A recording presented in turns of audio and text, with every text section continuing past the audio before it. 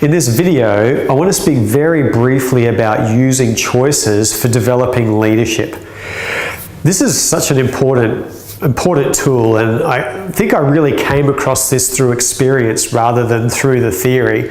We had bunches of kids coming to our camp and we were running leadership programs, and it didn't take me long to realize that if I was always telling them what to do, then they didn't really get to do any leadership.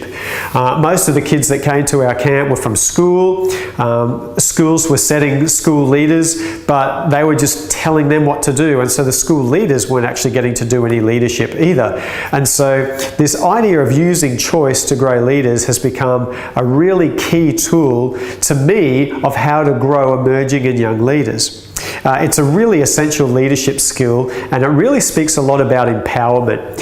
So if there is trust enough, and if there's not, you're going to need to grow this first, then you want to start empowering your young leaders by giving them choice. If they're not choosing, they're not leading. So then, like whatever your experience is, if you're at camp or if you're at school or if you're working with adults, you're working in business, I don't know your context to be watching this, but then at the end of the day or the end of the session or the end of the activity, reflecting on how we did with the choices. And so you want to have the experience first, and then you want to do the reflection. So you've got something to reflect on, break it down, have a look.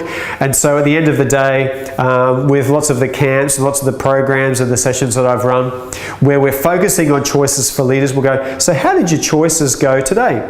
And we'll go around and share and get people an opportunity to think about how they went with their choices today.